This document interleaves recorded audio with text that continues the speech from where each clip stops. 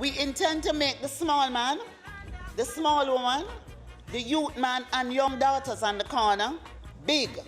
And with that end goal, the Ministry of Culture, Gender, Entertainment and Sport has set out its plans to ensure sustainable prosperity for all Jamaicans.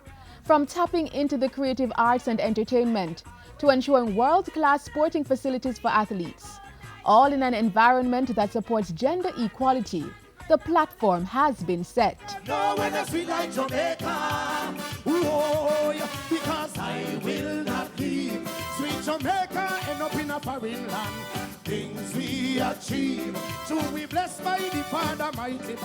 In seeking to make more Jamaicans aware of our rich cultural history and identity, the Creative Production and Training Center CPTC has rebranded its television station CTV as Jamvision, which is now the established cultural television station of Jamaica. Meanwhile, critical steps are being taken to preserve our rich history, with restoration work on the boyhood home of national hero Marcus Garvey to be completed by August 2017. I have now instructed the JNHT to review the plans, to make a new submission, and to ensure that it is completed in time to be officially open next year to celebrate Garvey's birthday in August as a Jamaica 55 legacy project.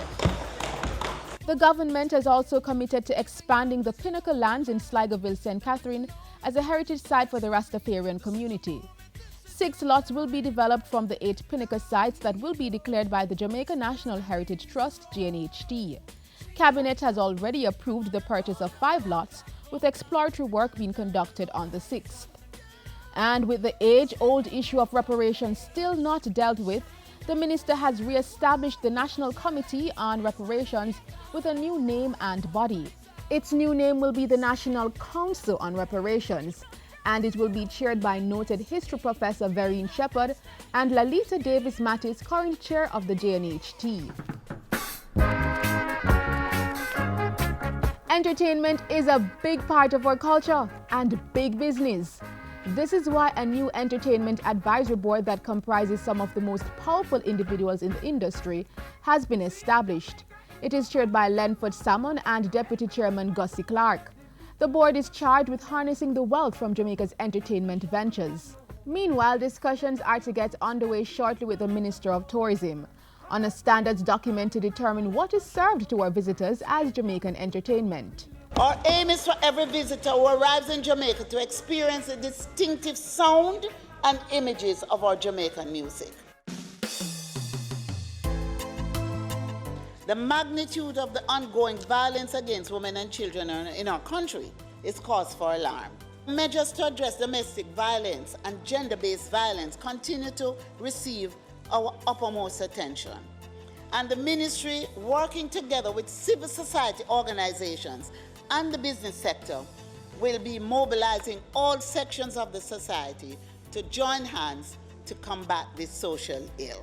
A dormant Joint Select Parliamentary Committee established in 2014 to review the Sexual Offences Act, the Offences Against the Person Act and the Child Care and Protection Act, among others, will be resumed during the fiscal year. The National Policy on Gender Equality will also be monitored and evaluated by a soon-to-be-announced Multisectoral Gender Advisory Council, GAC. It will be tasked to develop the framework for the establishment of the policy, to advise the government on the strategic policy direction for the gender portfolio, and to identify a strategy consistent with CARICOM's gender mainstreaming strategy and other relevant international commitments for addressing obstacles to gender equality and the empowerment of women in key sectors of the society. And men, you are not forgotten, as the issue of male marginalization will also be addressed by the ministry. Jamaica is sports nation, and in order to ensure our local athletes get world-class training, 4 major sporting facilities on the island will be getting infrastructural upgrades. We are committed to developing the National Stadium as a first-class facility in Kingston.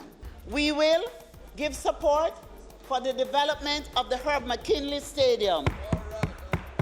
And we will look at 2 other major facilities across the island so that we can boast that we have facilities of the highest standard. A community sports development program will also be rolled out to engage more youth at the grassroots level in not only playing sport but also earning from it. These are just some of the ways that the Ministry of Culture, Gender, Entertainment and Sport will be ensuring a Jamaica that is prosperous for all. We are all in this boat together. We float or we sink together. For us, sinking is not an option. We are about building sustainable prosperity with the cultural and creative industries at the center of Operation Jamaica. No weather sweet like Jamaica. Ooh, because I will not leave. Sweet Jamaica.